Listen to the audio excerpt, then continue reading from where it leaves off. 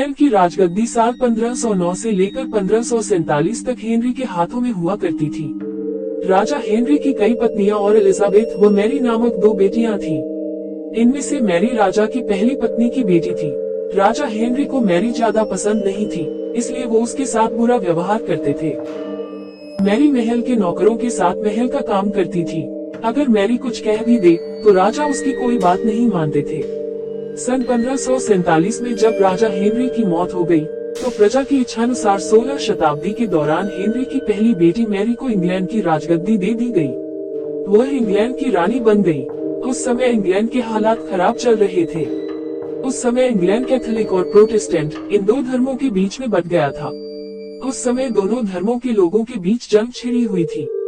रानी Mary चाहती थी कि पूरे इंग्लैंड में सिर्फ एक ही धर्म हो, लेकिन लोगों ने उसकी यह बात मानने से साफ इनकार कर दिया था।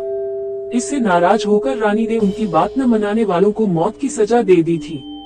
वो ऐसे लोगों को जिंदा भी जला देती थी। रानी मैरी की इस क्रूरता की वजह से इंग्लैंड के लोग उससे नफरत करने लगे। ऐसा भी कहा जाने लगा कि रानी मैरी कुंवारी जवान लड़कियों के खून से नहाती थी। उसका मानना था कि उनके खून से नहाने से वह ज्यादा दिनों तक जवान रह सकती है। कुछ सालों बाद रानी मैरी ने शादी कर ली और कुछ समय बाद इंग्लैंड में एक खबर आई कि रानी मैरी गर्भवती है और जल्द ही उनके राज्य को उनका नया राजा भी मिल जाएगा। इस बात से सभी खुश हुए, लेकिन उस समय रानी मैरी के साथ बहुत ही अजीब घटना हुई। उनके गर्भ से किसी भी बच्चे का जन्म नहीं हुआ, बल्कि कुछ ही महीनों के बाद रानी मैरी का पेट फिर से सामान्य हो गया। वहाँ के ओझा लोगों ने अपनी तंत्र विद्या से बताया कि रानी मैरी के गर्भ में कोई बच्चा नहीं बल्कि एक भूत आकर निवास करता है। कुछ समय बाद फिर रानी मैरी के गर्भ में वही भूत आकर रहने लगा और वह फिर से गर्भवती हो गई। इस बार भी रानी को कोई बच्चा नहीं हुआ और उस घटना के कुछ ही दिनों के बाद रानी मैरी की मृत्यु हो गई।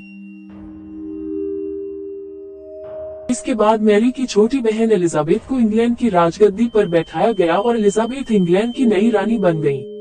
रानी मैरी की क्रूरता की वजह से इंग्लैंड के लोग उसे एक निर्दयी औरत मानते थे।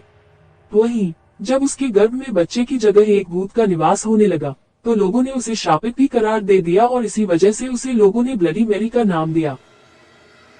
कहानी से सीख। ब्लडी मैरी की कहानी हमें ये सीख देती है कि अपने निजी विचारों व सोच को लेकर दूसरे लोगों पर दबाव नहीं बनाना चाहिए। शांति और करुणा से लोगों का ख्याल रखना ही मनुष्य का धर्म है।